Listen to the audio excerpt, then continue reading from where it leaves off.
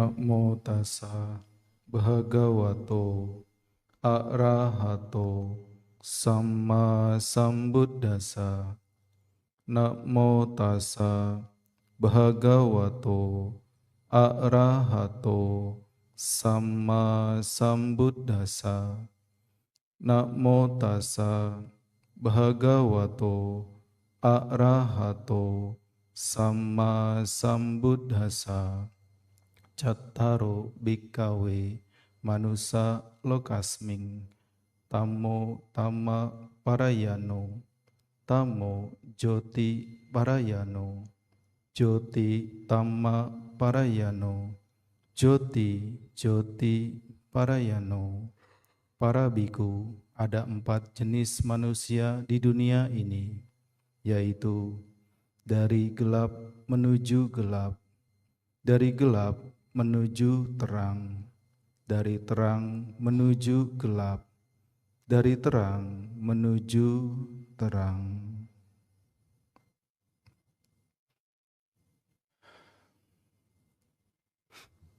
Para ibu bapak yang kami hormati, saudara-saudari, para muda-mudi, para orang tua, para segenap hadirin warga Buddhis di sekitar BSD ini. B-nya Buddhis ya, Buddhis Serpong Damai. Suatu apresiasi, suatu kebanggaan bagi kita semua di hari libur, para ibu, bapak dengan segenap kekuatan, dengan segenap kemampuan, terutama yang belum terbiasa, di hari libur mau memunculkan semangat, upaya untuk belajar dan berbuat kebajikan. Karena belajar dan mengembangkan diri termasuk hukum alam apapun secara pribadi tidak bisa diwakilkan. Kita bertumbuh, kita berproses, kita berjuang, termasuk puncaknya kita berhasil, itu tidak bisa diwakilkan, tidak bisa nitip. Artinya kita memang harus belajar, kita harus berproses, kita harus memperjuangkannya.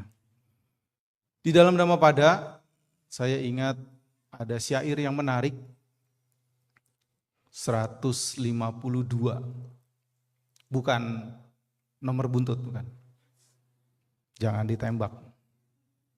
Kurang lebih begini, apa sutayang puriso baliwado wajirati mangsani tasa wadanti panyatasa nawadati. Artinya kurang lebih begini, tentang usia tua memang. Sang Buddha menyatakan dengan sangat kritis, karena beliau sudah melewati itu. Dan dhammanya sudah dibuktikan oleh murid-muridnya. Orang yang tidak belajar akan menua seperti sapi. Dagingnya bertambah, tetapi kebijaksanaannya tidak berkembang.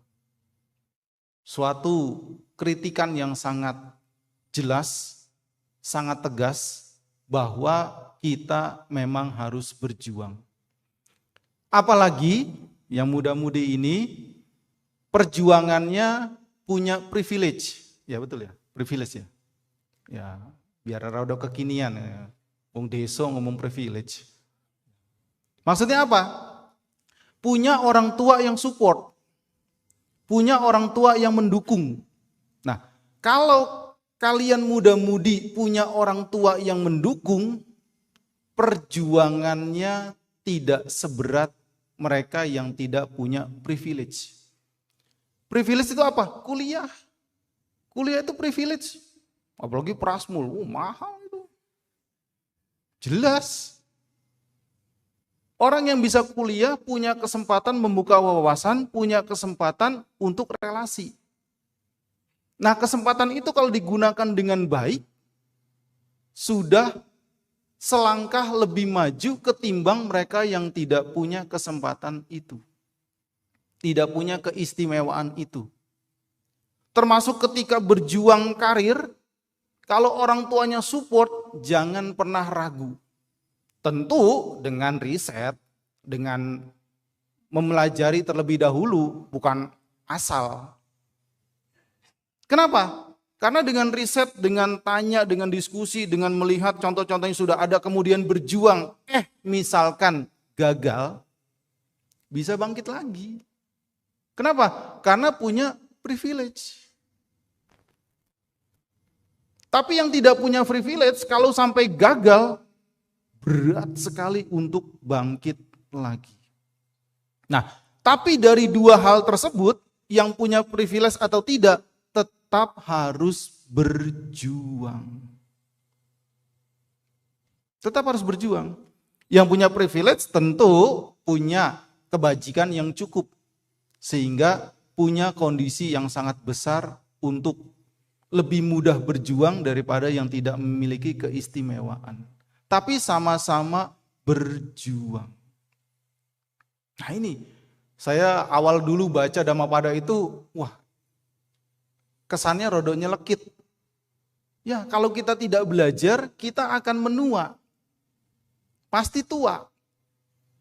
Cuma tuanya nanti tua yang bermanfaat atau tua yang tidak bermanfaat. Nah, termasuk kita meluangkan waktu di hari libur untuk belajar dhamma dan berbuat kebajikan. Berbuat kebajikan jangan terlalu jauh melompat berpikir ya. Ya, berbuat kebajikan tuh jangan terlalu lebay memahaminya. Berbuat kebajikan itu pertama buat diri sendiri, bukan buat orang lain. Termasuk konsep cinta, ya. Cinta yang pertama itu untuk diri sendiri, tentu bukan narsis, bukan. Untuk diri sendiri. Kita tidak akan bisa mencintai orang lain dengan setulusnya, sepenuhnya, dengan sejati kalau belum bisa mencintai diri sendiri. Tidak bisa. Kalau belum bisa mencintai diri sendiri, terus mencintai pihak lain, itu nanti posesif. Jadi kita belajar dhamma, kita berbuat kebajikan itu dalam rangka mencintai diri kita sendiri. Karena tadi, perjuangan kita tidak bisa nitip. Tidak bisa diwakilkan. Kalau ada pihak yang sungguhan, senyatanya bisa dititipi, bisa diwakilkan perjuangan kita, saya mau ngantri. Entah di mana daftarnya itu. Nah bisa, kita sendiri yang harus memperjuangkannya. Dan itu sesuai dengan hukum alam. Selaras dengan sains. Tidak bertentangan. Harmonis. Sebab akibat. Nah ini. Jadi kita belajar dan berbuat kebajikan sesungguhnya untuk diri kita sendiri. Supaya kita tua tidak seperti belum kompak ini belum. Iya, kalau kita tidak belajar, kita pasti menua, pasti. Ya, kecuali mati muda. Kita menua, semua pasti menua. Tapi menuanya nanti berbeda. Menua bermanfaat atau menua tidak bermanfaat. Nah, salah satunya kita rajin belajar dhamma. Salah satunya rajin kewihara. Itu dalam rangka investasi masa tua yang bermanfaat. Nanti akan beda. Kalau kita ketika tua, sepuh, sakit, nggak rewel. Pernah nggak ngeliat atau mungkin berpengalaman ngeladeni orang sakit? Pilih mana? Orang sakit yang rewel, apa orang sakit yang manutan, yang anteng? Tentu pilih yang anteng. Kenapa? Ya kita juga capek. Ya, nyiapin makan, nyiapin minum, mandiin dan seterusnya. Ya kalau bisa kerjasama manut kan enak. Tapi ini nggak mau, itu nggak mau, begini nggak boleh, begitu nggak boleh. Ya. Udah ada robot belum yang gantiin itu? Suster, ganti robotnya. Robot diomelin menang aja. Malah dibalas pakai kata-kata mutiara nanti. Tinggal dia download chat GPT. Iya, dengan kita menua yang berfaedah, menua yang bermanfaat, menua yang bertumbuh, apalagi di dalam dhamma, nanti kita kelak tiba waktunya tua, sepuh, ya sudah tidak bisa lincah seperti waktu muda, kita akan menjadi tua yang bijaksana. Dengan kita terus belajar. Jadi kita rajin ke wihara, kita rajin belajar dhamma, supaya kelak tiba waktunya kita tua, tua yang positif. Tua yang luhur, tua yang menyenangkan, tua yang bahkan masih bermanfaat. Karena kita pasti tua. Nah ini hukum alam yang dijelaskan oleh Sang Buddha supaya kita bisa mengisi waktu-waktu yang ada, kelak tiba waktunya kita akan menghadapinya dengan mudah, dengan enteng. Jadi berbuat kebajikan itu sesungguhnya pertama untuk diri kita sendiri. Habis kerja seharian, capek lepek, mandi. Mandi baik gak? Baik. Capek kerja, lelah, haus, lapar, makan minum baik gak? Baik. Capek kerja, istirahat, baik gak? Baik. Tiba waktunya malam tidur untuk recovery, ya, untuk merefreshkan dan mengobati sendiri badan kita, baik gak? Pertanyaannya, untuk siapa? Diri sendiri. Jadi sesungguhnya kita berbuat baik itu untuk diri kita sendiri. Kepada pihak yang terbantu itu, dia nyaman, dia happy, dia sembuh, dia bahagia, dia hilang lapar hausnya, dia gembira. Berarti kebaikan itu benar, tidak keliru. Kebaikan itu sesuai, kebaikan itu selaras dengan hukum alam. Nah ini. Jadi kita memang harus belajar, harus berjuang. Apalagi zaman sekarang sudah ada teknologi. Sudah ada alat yang membantu kita untuk belajar dhamma. Bahkan, kayak saya kalau cerita ini ya di kota sih nggak masuk ya, tapi kalau di desa masuk. Caranya apa? Ceramahnya di-download dulu. Wifi gratisan. Download, pilih yang bagus-bagus, itu udah di-download. Nah, ketika waktu me time, ya, tahu ya, orang kota tahu me time kan? Ya. Bukan mie, bukan makan mie. Ketika waktu kita relax, nah, kita mode pesawat, kita buka ceramah yang sudah kita pilih, irit kuota. Tapi ini orang desa ya, orang kota mau kuotanya melimpah-melimpah. Artinya apa? Selalu ada cara kalau kita mau berupaya untuk belajar. Kalau zaman dahulu, ini saya dapat cerita, karena bukan angkatan saya dapat cerita. Zaman Bante Kema Sarano. Bien, berarti itu tahun 70-an. Tahun 70-an. Buku belum ada. Kalaupun ada, sangat terbatas. HP apalagi, YouTube apalagi. Jadi caranya lisan, mendengarkan dari senior, mendengarkan dari guru. Nah, belajar parita, paliwacana. Karena nggak ada buku yang seperti sudah sangat lazim, sudah sangat banyak saat ini, tulis tangan, pakai potlot. Tulis tangan. Belum hafal, tulis tangan. Terus pembinaan. Ingat, zaman dahulu transportasi belum secanggih sekarang. Ya, apakah ngojek, apakah ngebis dan sebagainya, musim hujan kehujanan. Sampai tempat kehujanan dijereng semua, dijembreng, dijemur. Ya, hujan lepek. Termasuk tasnya kehujanan. Tasnya dibuka, tulisan paritanya luntur. Belum hafal. Coba. Sebegitu sulitnya zaman dulu belajar. Belum hafal dicatat kehujanan luntur. Tapi ya ini. Seperti itu sulitnya zaman dahulu. Nah, zaman sekarang tidak ada alasan untuk tidak belajar. Kenapa? Semua sudah didukung oleh teknologi. Tinggal niat, tinggal sedikit upaya dan waktu yang kita luangkan. Supaya kita tidak menua seperti sapi. Dagingnya bertambah, tetapi kebijaksanaannya tidak berkembang.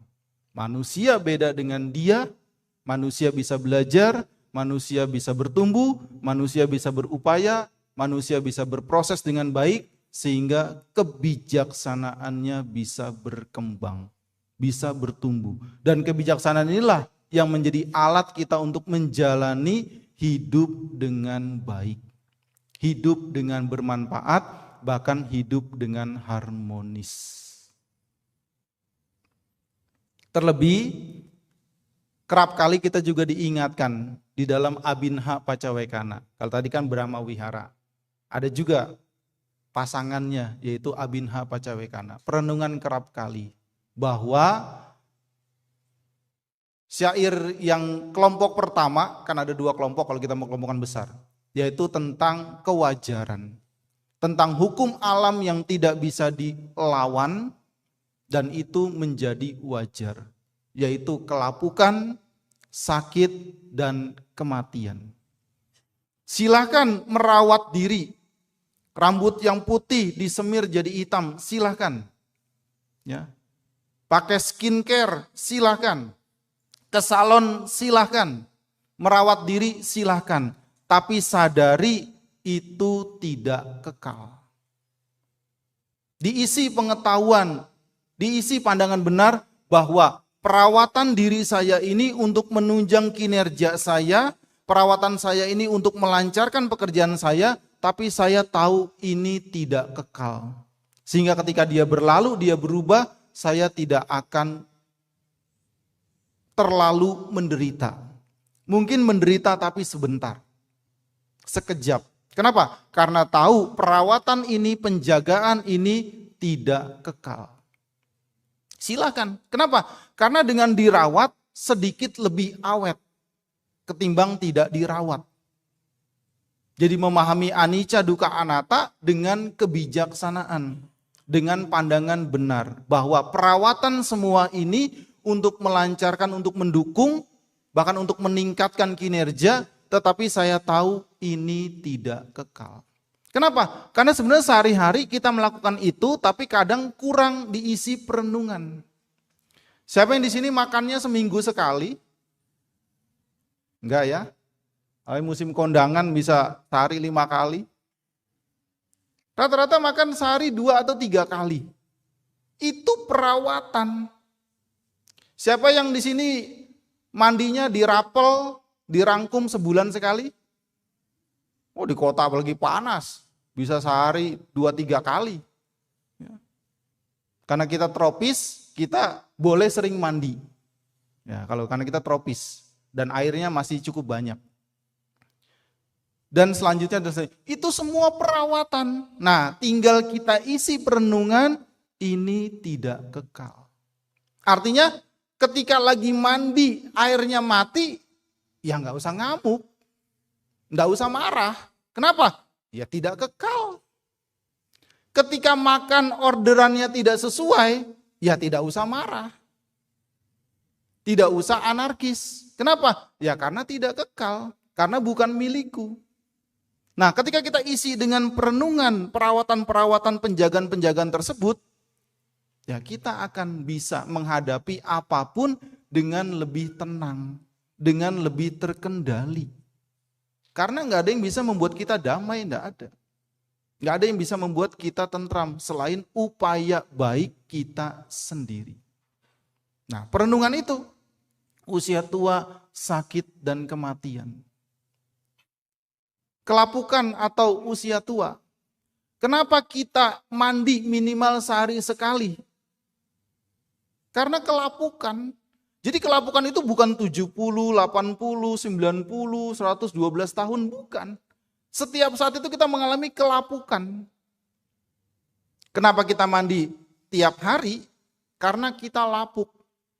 Orang daerah bilang ada bolot. Tahu bolot? Temannya daki itu. Kenapa? Karena tiap saat sel kulit kita ini, ya, sel tubuh kita ini yang paling kelihatan di luarnya adalah kulit, itu mati, diganti dengan yang baru. Nah, ketika dia mati belum terlepas dan ini jumlahnya miliaran, jadi kotor.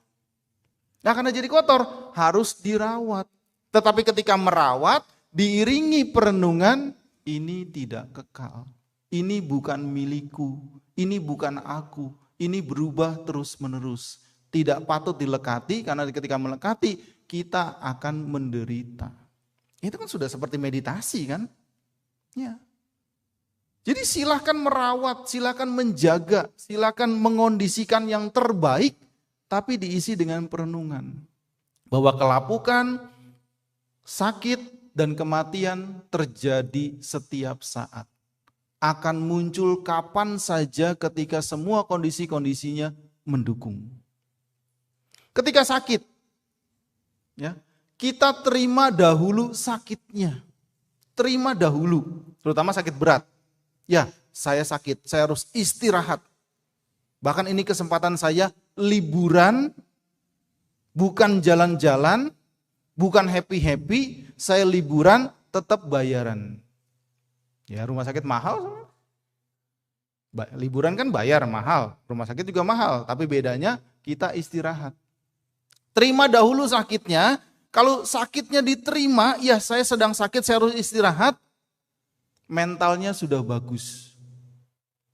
Ketika mentalnya bagus, mengikuti petunjuk dari dokter, dari medis, obat vitamin yang sesuai, petunjuk yang masuk akal, sangat besar peluangnya cepat sembuh. Karena mentalnya sudah benar.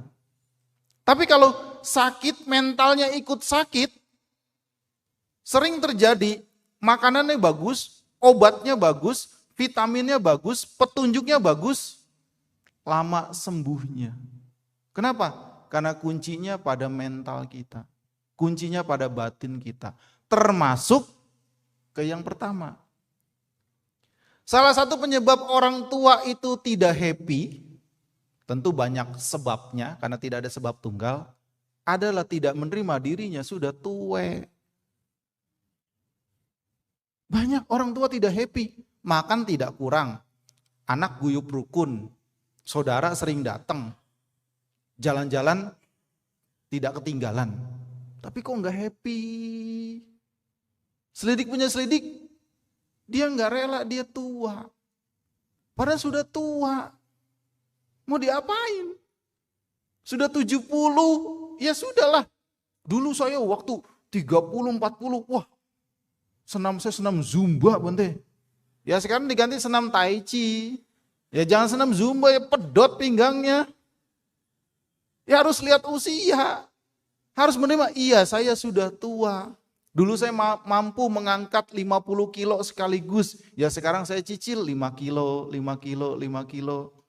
Tetap bisa, cuman memang nambah waktu. Harus menerima, saya sudah tua. Sehingga saya harus membuat aktivitas yang selaras dengan fisik saya. Kadang fisiknya tua, batinnya ikut tua. Apa? Pikun. Pikun. Kalau pikunnya belum makan, nggak apa-apa, paling kenyang. Lah kalau pikunnya minum obat, celaka loh. Udah minum obat? Belum minum. Ntar keponakannya datang, kan nggak tahu keponakan tadi kan? Udah minum obat? Belum, minum. Lah overdosis. Jadi terima tua. Bahkan yang lebih bagus, saya lupa istilahnya. Ada budaya Jepang di negara Asia Timur, persiapan ketika tua. Mungkin itu 60, mungkin 50-an. Jadi dia udah siap-siap nih pensiun. Itu bagus. Nanti tiba waktunya dia pensiun, dia tidak kaget, tidak syok, tidak stres, tidak depresi. Kenapa? Karena dia sudah mempersiapkan kelak dia tua. Di Indonesia nggak ada budaya gitu ya. Indonesia soalnya budayanya mangan ramangan asal ngumpul. Nggak mikirin tua, penting ngumpul aja. Tapi itu bagus juga. Sehingga yang berat-berat, kalau sudah 60-70 yang berat-berat, yang besar-besar, mulai didelegasikan, mulai diwariskan. Tentu diajarkan terlebih dahulu. Supaya apa? Supaya ketika tiba waktunya benar-benar tua secara fisik, secara batin, kita tidak kaget, tidak stres. Kenapa? Karena ini pasti hukum alam. Dan yang ketiga, ketika kita sudah siap menerima kita sudah tua, yang paling ukuran utama adalah usia. Kemudian kita saat sakit, ya, terutama sakit menengah atau sakit berat, kita bisa menerima kita sakit. Nah, itu sudah latihan mental yang sangat berharga. Latihan mental yang sangat berguna. Kelak ketika yang ketiga muncul, kita mengalami kematian, ya kita akan menghadapinya dengan tenang. Tidak dengan gelisah, tidak dengan ketakutan. Dan cerita kematian, situasi kematian tidak pernah pandang usia. Tidak pernah lihat latar belakang. Bayi dalam kandungan bisa meninggal.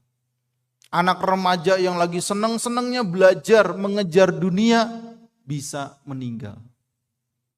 Orang yang lagi suksesnya bekerja, bisa meninggal.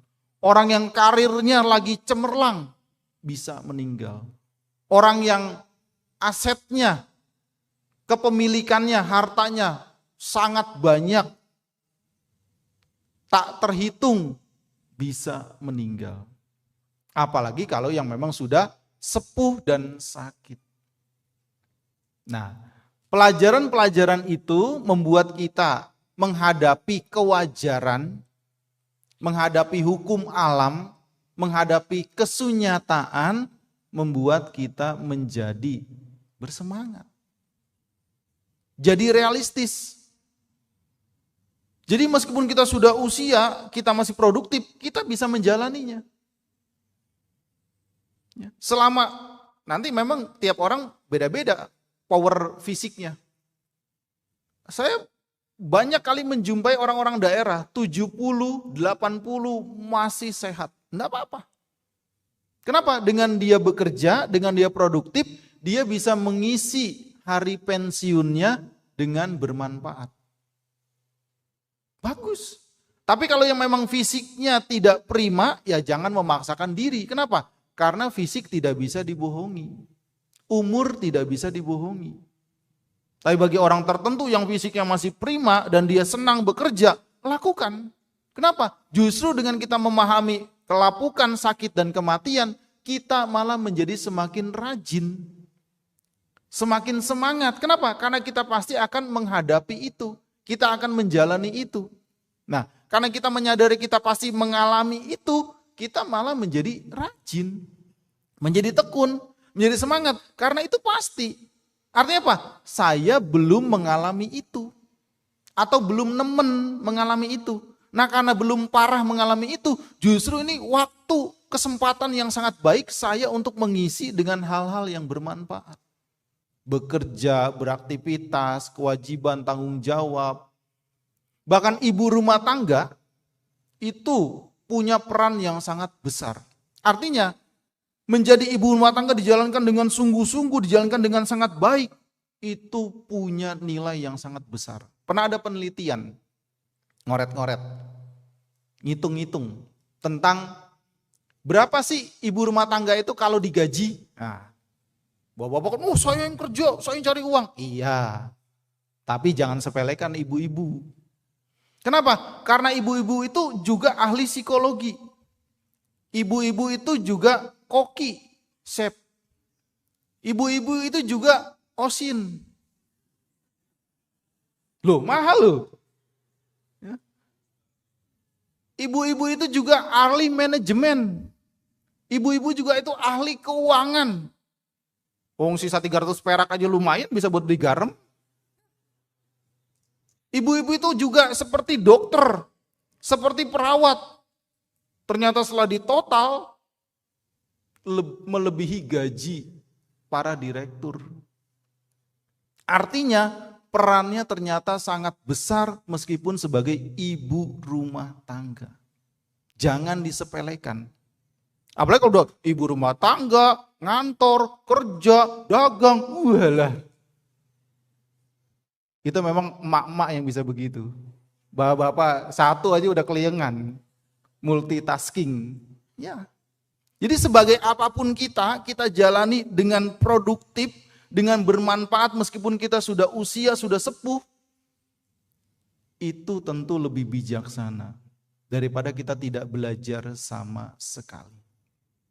Terlebih salah satu ujungnya kehidupan adalah kematian. Meskipun nanti lahir kembali cerita lain. Kenapa? Karena kematian tidak memberi tanda.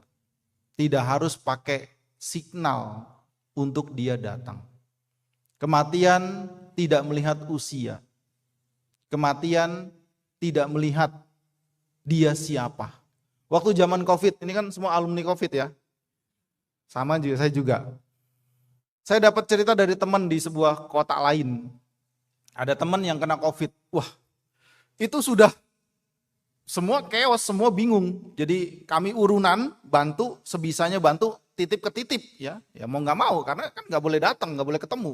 Ya, jadi titip suster atau berusaha kenal dengan suster supaya bisa nitip bantuan makanan atau obat apa kepada yang di BPJS itu. Sampai lupa inget. Selamat. Udah dibolongin sininya waktu dirawat. Singkat cerita, selamat. Sebaliknya, ada orang pengusaha besar sekali, salah satu usahanya jualan oksigen, meninggal. Enggak melihat latar belakang. Dan saat itu oksigen lagi mahal-mahalnya. Ya, karena butuhnya oksigen kan, karena pernapasan. Meninggal. Padahal punya akses yang luar biasa. Kenalan pejabat tidak sedikit. Uang tidak terhingga. Tapi berbagai macam faktor bisa terjadi. Kita bicara kematian. Minggu lalu, saya waktu selesai acara siang, nyampe ke wihara, lagi minum, datang saudara. Cerita-cerita, ternyata dia mau ngelayat. Nah, singkatnya sepupu saya meninggal, tapi beda angkatan. Beda angkatan. Karena keluarga besar sekali, ya, yang katanya 7 turunan nggak habis, sayangnya saya keturunan ke-11. Kehabisan nih, nggak ada sisa. Nah, karena saya penasaran dan masih ada waktu, ya sudah, saya ngikut. Pengen tahu siapa sih? Ngelihat, pas ngeliat fotonya, oh iya kenal. Saking jarang ketemu, beda angkatan, beda usia. Saya tanya sama istrinya, "Ci, kenapa engkau meninggal?" Itu Bante, keselak gigi palsu. Aduh. Jadi yang punya gigi palsu, hati-hati. Udah kejadian. Jadi beliau itu ketika sudah benar-benar meninggal, dicek semua, pokoknya secara medis sudah meninggal, sama dokternya diurut, dipijit perutnya. Diurut, karena kan ada ganjel nih. Terus keluar, bener gigi palsunya. Nyangkut. Nah, jadi yang punya bulu mata palsu, alis palsu, gigi palsu, hati-hati. Ya memang secara enteng, mendiang nggak menderita, nggak sakit infus dan sebagainya, keluarga nggak repot, terus ngirit loh, rumah sakit kan mahal. Tapi ya mendadak begitu, mengagetkan. Ya sudahlah, keluarga berusaha menerima. Jadi gara-gara gigi palsu bisa meninggal. Kematian kapanpun bisa datang. Sehingga dengan penyadaran seperti ini, ya tidak perlu ada kesombongan. Nggak perlu ada yang disombongkan. Paling hebat, paling keren, paling pinter, paling ganteng, paling cantik, paling kaya dan sebagainya. Kalau kita di zoom out di semesta, nggak ada apa-apanya. Pernah ya lihat di YouTube itu, unik itu, astronomi. Kita di semesta ini nggak ada apa-apanya. Galaksi Bima Sakti itu secuil. Dan kata para saintifik, kehidupan di bumi ini saintifik ya, ilmu pengetahuan ya. Ini karena nggak sengaja. Jadi di bumi kita ini karena nggak sengaja karena kondisi mendukung. Iya. Karena proses yang tidak sengaja, kimiawi yang tidak sengaja, terjadi evolusi, muncullah kehidupan di bumi yang unik ini. Jadi kalau nggak sengaja apa yang mau disombongkan? Oh nggak sengaja kok. Bukan ciptaan, bukan bikinan, bukan create, bukan. Tapi ketidaksengajaan dari kimia-kimia yang bertemu. Proses evolusi yang panjang. Jadi apa yang perlu disombongkan? Kalau kita di zoom out ini tata surya kita, galaksi Bima Sakti, tetanggan sama Andromeda, nggak ada apa-apanya. Nggak ada apa-apanya. Apa yang perlu disombongkan? Tetapi dengan penyadaran ini membuat kita menjadi rajin, menjadi tekun, menjadi realistis, menjadi humble, menjadi bijaksana, menjadi bermanfaat. Kenapa? Karena kita kelak pasti lapuk, sakit, dan mengalami kematian. Dan karena kematian pasti, nggak usah dipercepat. Nggak usah nyerobot antrian, jangan. Meskipun itu pinjol, meskipun itu karena mumet kerjaan ini itu dan sebagainya, hadapi, jalani, gentleman, cengli. Nah, itu penyebabnya kita kok hadapi, jangan kabur, jangan lari. Makanya sebelum bertindak pikir panjang, sebelum mengambil keputusan yang penting pikir masak-masak supaya konsekuensinya kita sudah siap. Terutama konsekuensi yang terburuk. Kenapa? Kita yang melakukan yang harus bertanggung jawab. Hadapi, artinya apa? Jangan bunuh diri. Kenapa? Wong pasti mati. Enggak diapa-apain juga mati. Enggak usah dipercepat. Lo gimana? Hadapi masalah itu. Tanya, diskusikan. Cari orang untuk menjelaskan. Jangan bunuh diri. Apalagi kalau bahasa filosofi begini. Selama itu masalah, pasti ada jalan keluar. Kalau tidak ada jalan keluar, berarti itu bukan masalah. Nah kalau bukan masalah, ngapain dipusingin? Ini nggak ada jalan keluar, berarti bukan masalah. Ya sudah, santai aja. Artinya apa? Ya terus berupaya. Berupaya. Jadi ketika ada masalah, hadapi, jangan lari. Kenapa? Ya karena kita sendiri yang melakukan, harus gentleman. Makanya sebelum mengambil keputusan yang penting, pikirkan, pertimbangkan. Dan memikirkan itu nggak usah setahun. Bisa dengan sangat cepat. Kenapa? Pikiran begitu dahsyat. Nah dari kita belajar, dari kita mengembangkan diri, kita bisa berpikir dengan sangat cepat, dibantu dengan kebijaksanaan. Mikirnya juga nggak usah hitungan waktu yang lama. Tapi dengan kebijaksanaan kita bisa mengambil keputusan dengan baik. Supaya nanti risikonya bisa kita juga hadapi. Jangan bunuh diri, jangan. Karena pasti mati. Nggak usah dipercepat. Kalau perlu diawet-awet.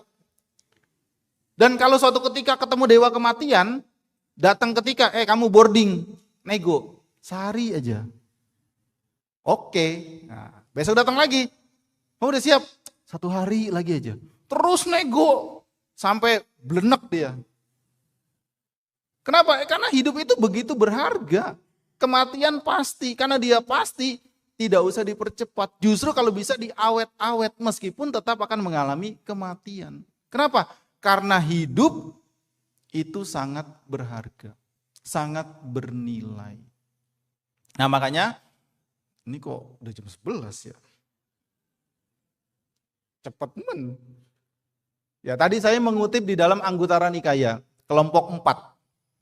Di situ belakangan disebut, diberi judul sutanya, Tamo Tama Sutta. Ini terkenal sekali. Ya, Anggutara Nikaya kelompok 4. Saya sudah mengatakan, oh para biku, ada 4 jenis manusia di dunia ini. Ya. Tamo, Tama, Parayano. Tamo, T-A-M-O, sama dengan T-A-M-A, yaitu masalah tata bahasa saja. Artinya gelap, suram. Parayano itu menuju ke. Ada orang yang dari gelap menuju gelap. Atau dari gelap tetap gelap. Dari gelap malah semakin gelap. Artinya apa? Dia lahir di lingkungan yang tidak mendukung. Tidak ada pendidikan, chaos, perang dan sebagainya.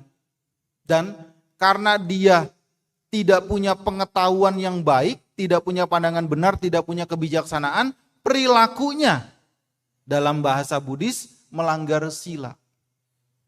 semakin gelap. Atau paling tidak tetap gelap. Dan ketika meninggal, beneran gelap. Sudah lahir di kondisi yang gelap, tidak mendukung, tidak ada pengetahuan yang benar, tidak ada moral, tidak ada kebaikan, adanya chaos. Dan saat ini mudah sekali kita lihat beritanya nyata, terjadi saat ini, masih terjadi karena perang. Dan karena tidak ada pilihan dan tidak punya kesempatan, karma baiknya juga tidak muncul, tidak berbuah saat itu, tetap gelap. Adanya kriminal, adanya kejahatan dan sebagainya. Ketika meninggal, semakin gelap. Apakah niraya, tiracana, peta, atau asura. Yang kedua, tamo joti parayano. Dari gelap menuju ke terang, joti, terang. Orang yang lahir di lingkungan yang tidak mendukung, tidak kondusif, tapi dia berjuang, dia berupaya, dia tekun, dia rajin, dia semangat, dia selaras dengan hukum alam, dengan hukum sebab akibat. Sehingga gelapnya kelahiran dia, gelapnya latar belakang dia, tidak menyurutkan dia untuk berjuang. Sehingga dia menjadi terang. Ketika dia meninggal, dia semakin terang, terlahir di alam surga, terlahir di alam bahagia. Ibu bapak hadirin sekalian yang kami hormati, kelahiran dalam surga itu, kalau kita punya basic dhamma yang bagus, itu sangat mendukung. Karena Sang Buddha juga memuji buah kelahiran di alam surga. Dalam bahasa kita yang sederhana, kenapa kelahiran dalam surga, di alam bahagia itu dicari, dituju, diidam-idamkan? Dalam bahasa kita, di alam surga itu nggak usah repot ngurusin dapur ngebul. Iya. Kenapa? Berkat kekuatan kebajikannya, kebutuhannya muncul, kebutuhannya tersedia dengan kekuatan kebajikan dewa-dewi itu. Kita di manusia, apapun alasannya, ujung-ujungnya dapur ngebul. Betul?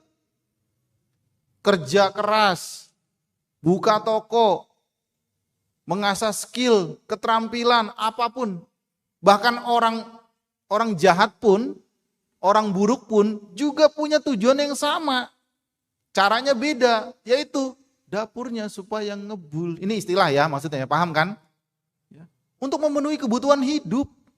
Itu manusia. Tapi dewa-dewi tidak. Kebutuhan hidupnya muncul dari kekuatan kebajikannya yang selama ini dilakukan. Makanya kalau suatu ketika Sukawaga ini tur ke alam surga, para manula, jalan-jalan jangan yang ke puncak aja. Coba kali-kali ke alam surga, cek di sana, nggak ada yang jualan kue tiaw, nggak ada. Di sana kebutuhan muncul karena kekuatan karma baiknya. Dan itu logis, kenapa? Karena materinya berbeda, alam materinya dengan manusia ini berbeda. Nah, kalau sudah nggak ngurusin dapur ngebul, punya basic dhamma, bicara dana, bicara sila, bicara samadhi, itu sudah terkondisi. Makanya banyak sekali dewa-dewi ketika belajar dhamma itu mudah mencapai kesucian. Kenapa? Karena mereka udah nggak ruwet dengan dapur ngebul. Itu dasarnya. Coba, ibu bapak mau ngomong apapun, ujung-ujungnya apa? Dapur ngebul. Belajar, biar pinter. Pinter supaya apa? Kalau pinter nanti dapat posisi bagus. Dapat posisi bagus apa? Supaya gajinya bagus. Gajinya bagus apa? Ya dapur ngebul. Tanya apa ujung-ujungnya dapur ngebul. Karena itu, memang itu hidupnya manusia. Itu alamnya manusia. Tapi alam dewa, alam Brahma, lain ceritanya. Nah itu kenapa alam-alam bahagia itu dipuji, bahkan dituju untuk kelahiran selanjutnya, joti, terang, karena ketika basic dhammanya itu bagus, mendukung sekali untuk melanjutkan latihan dhamma. Yang ketiga, ada tipe kondisi manusia, joti tama parayano. Dari terang menuju gelap. Ini mesake, kasihan. Kasihan. Dan ini tugas orang tua, tugas senior, tugas keluarga pada umumnya untuk membantu, mensupport, mengarahkan. Supaya jangan sudah terang malah menjadi gelap. Ya narkoba kah, judi kah, sekarang ada judol ya, dan sebagainya. Coba cek HP-nya masing-masing ya. Ada aplikasinya nggak nih? Ini game, bukan game, orang ada deposit kok. Game nggak ada depositnya. Nggak akan menang, kenapa? Yuk lawannya komputer, sistem. Kalau ngelawan orang, ya kalau selama dia bukan master, dia bukan pesulap, itu 50-50 peluangnya. Kecuali kalau master, ya karena memang kalau contoh semua itu bisa dipelajari, ya sampai sudah jadi setara kemampuan tukang sulap, pasti kalah. Tapi kalau yang alamiah itu 50-50. Tapi ngelawan sistem, lawan komputer, ya nggak bisa menang.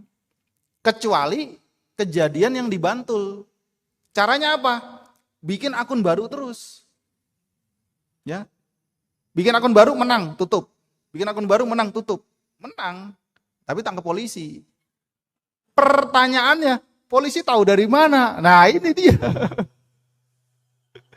Yang lapor siapa? Masyarakat? Nggak mungkin.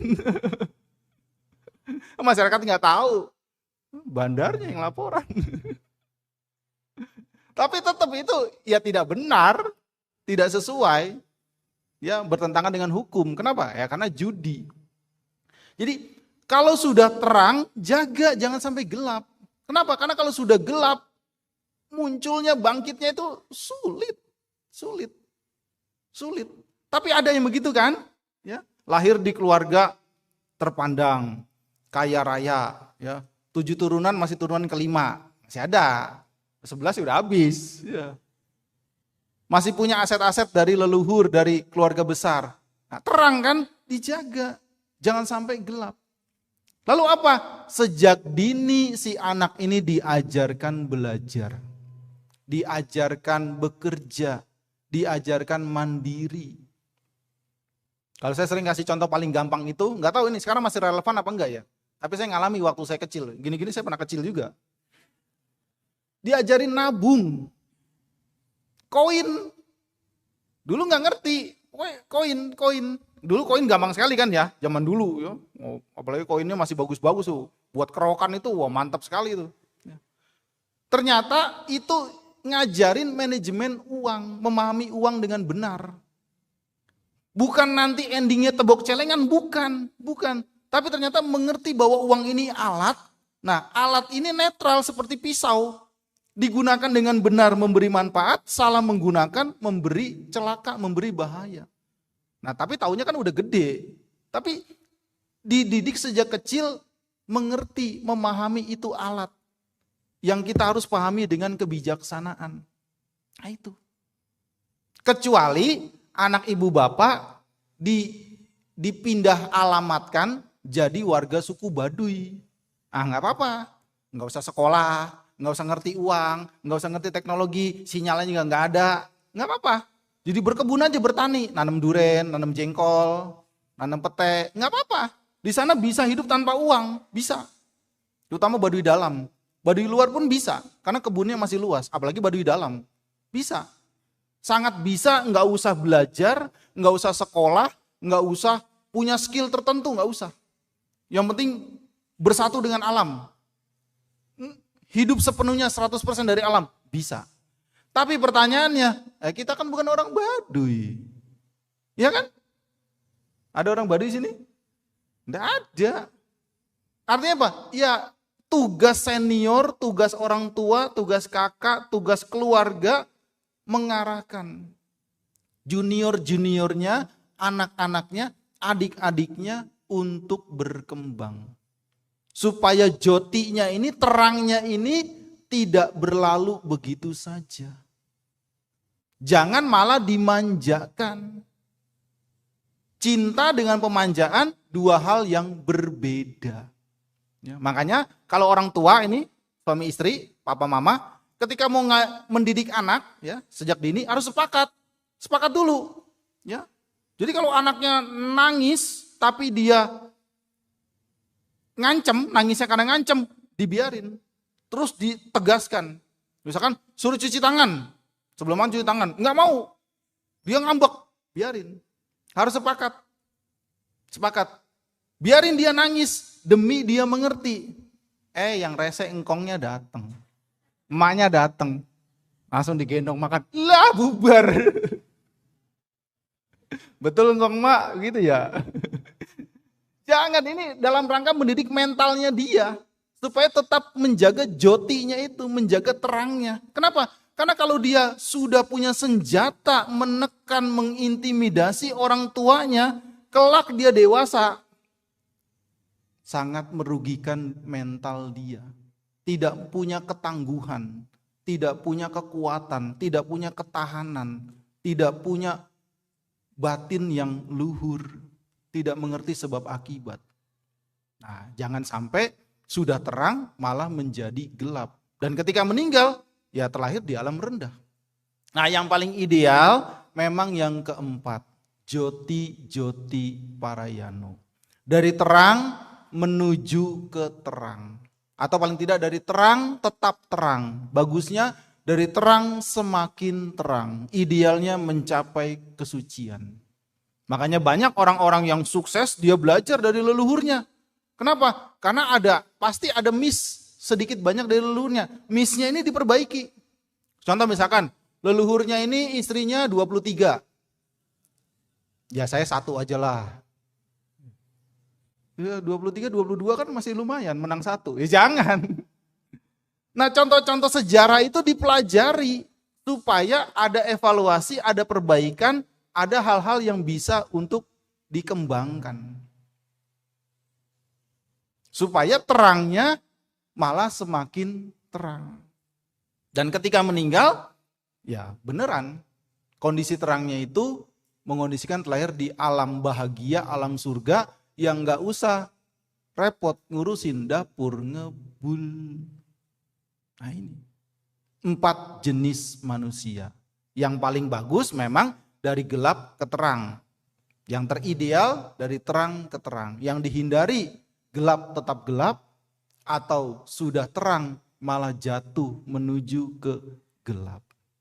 Nah, bagi yang muda-muda terus belajar, tidak ada cara lain. Kembangkan diri dengan caranya masing-masing yang positif. Tidak harus niru teman, tidak harus. Dan sebagai orang tua, jangan terlalu membatasi keterampilan ataupun ilmu yang anak ingin lakukan. Kenapa? Karena zaman sekarang semua bisa jadi kerjaan. Zaman dahulu anak main musik, diomelin, dipatahin gitarnya, drumnya dirobek. Zaman dulu, kenapa? Yalah paling jadi pengamen nanti. Zaman dulu. Zaman sekarang kalau sungguhan bisa jualan. Apakah dia punya label, apakah dia bikin channel, apakah dia punya media sosial. Semua keterampilan zaman sekarang bisa menjadi income. Selama janjiannya adalah moral, kamu lakukan kesenangan kamu. Tapi kuncinya di moral. Harus ada moral, harus ada etika. Pasti kamu senang, dan kalau kamu senang, nguliknya, kamu mendalaminya, kamu menelisiknya, nah pasti lebih enteng ketimbang kamu dipaksa. Tugas orang tua, mendorong, mendukung apa yang mau dikerjakan atau mau digeluti, mau didalami oleh anak-anaknya. Ya. Jalan tengahnya, harmonisasinya adalah moral. Kenapa? Karena kalau dia dipaksa dan dia nggak mau, mungkin dia melakukan, tapi berat hati. Zaman dulu ada kejadian miris sekali. Orang ya secara aset tak terhingga lah. Ngotot maksa anaknya jadi dokter. Si anak nggak mau. Karena dia punya mimpi yang lain. Tapi ribut terus. Akhirnya dengan terpaksa dia kuliah kedokteran. Berapa tahun? 6 tahun ya? 6, 7 tahun? 8? 6 tahun. 6 tahun. 6 tahun selesai, dia pulang ke rumah orang tuanya, dia kasihkan ijazahnya, dia pergi dengan nangis. Orang tuanya pun nangis. Kenapa? Yang dicari kan ijazahnya, kan ijazah udah. 6 tahun sia-sia. Ya sia-sia dalam arti maksudnya mimpi dia 6 tahun itu dia baru start lagi. Nah itu, jangan sampai begitu. Nah, komunikasi yang baik. Orang tua mendorong, orang tua fasilitasi, orang tua mendukung supaya terangnya ini tetap terang atau semakin terang. Ya, jadi zaman sekarang kuncinya kualitas karena pembandingan tidak bisa dihindari. Kalau orang punya kualitas, jangan khawatir, pasti bisa bertumbuh. Ya, ada filosofi zaman dulu kurang lebih begini. Wong urip sing digoleki iku jenang, dudu jeneng. Nah, kebalik ya. Orang hidup itu yang digoleki jeneng, dudu jenang. Orang hidup itu yang dicari adalah nama. Nama ini istilah. Ya. Bukan jenang. Jenang ini dodol atau kue. Maksudnya, hidup ini yang dicari yang utama adalah kualitas. Prestasi. Bukan makanan. Nah, kalau sudah punya kualitas, sudah punya prestasi, apalagi sudah punya nilai yang luar biasa, yang sangat value-nya tinggi, jenangnya, dodolnya, kuenya, makanannya sebagai istilah, itu otomatis akan datang. Tapi kalau yang dicari itu jenang dahulu, jenengnya dilupakan, malah nggak akan maju. Nah, kebanyakan orang yang dicari, yang tidak belajar, tidak bertumbuh, mencari jenang. Melupakan jeneng. Jenang itu dodol, jeneng itu nama. Nah, jenang itu adalah makanan, ya dasarnya. Jeneng itu kualitas. Kalau punya kualitas, pasti dicari. Betul? Nggak bisa, orang ngebandingin dia sekarang. Oh, media sosial nggak ada yang bisa lagi ditutupi. Nah, kalau kita punya kualitas, kadang kita tidak ngiklan pun tetap ada yang mencari. Apalagi bisa iklan dengan baik. Gitu. Sudah terbukti di media-media, raksasa elektronik Amerika mulai kepayahan ngelawan elektronik dari China. Kenapa? Karena China meningkatkan kualitas, ngepresin harganya. Persaingan nggak bisa dihindari. Nggak ngantri kan? Nggak ngantri apel kerwa kan? Nggak usah. Spek lebih canggih, lebih murah banyak. Nah itu jeneng. Kalau punya jeneng, orang akan mencari. Membanding-bandingkan tidak bisa dihindari. Nah, jeneng itulah joti, terang. Kalau kita punya terang, ya, seperti filosofi kebun bunga, kalau mau lihat kupu-kupu, ngelihat tahun, ngelihat serangga-serangga yang indah, nggak usah dikejar, nggak usah dijaring, nggak usah ditangkap. Bikin taman yang indah, taman yang penuh bunga, kupu-kupu, serangga yang indah akan datang sendiri. Itulah joti, itulah jeneng, itulah kualitas. Nah, kita belajar dhamma, karena kita pasti akan menua, ya. Marilah menua dengan kualitas, menua dengan nilai, menua dengan manfaat, menua dengan hal-hal yang berguna. Jangan pernah menyerah meskipun usia sudah tua, karena semua punya kesempatan yang sama untuk berjuang mengembangkan dirinya. Terima kasih atas waktu dan perhatiannya. Semoga terus maju dalam dhamma. Kami akhiri sabe sata bawantu sukitata. Semoga semua makhluk hidup berbahagia.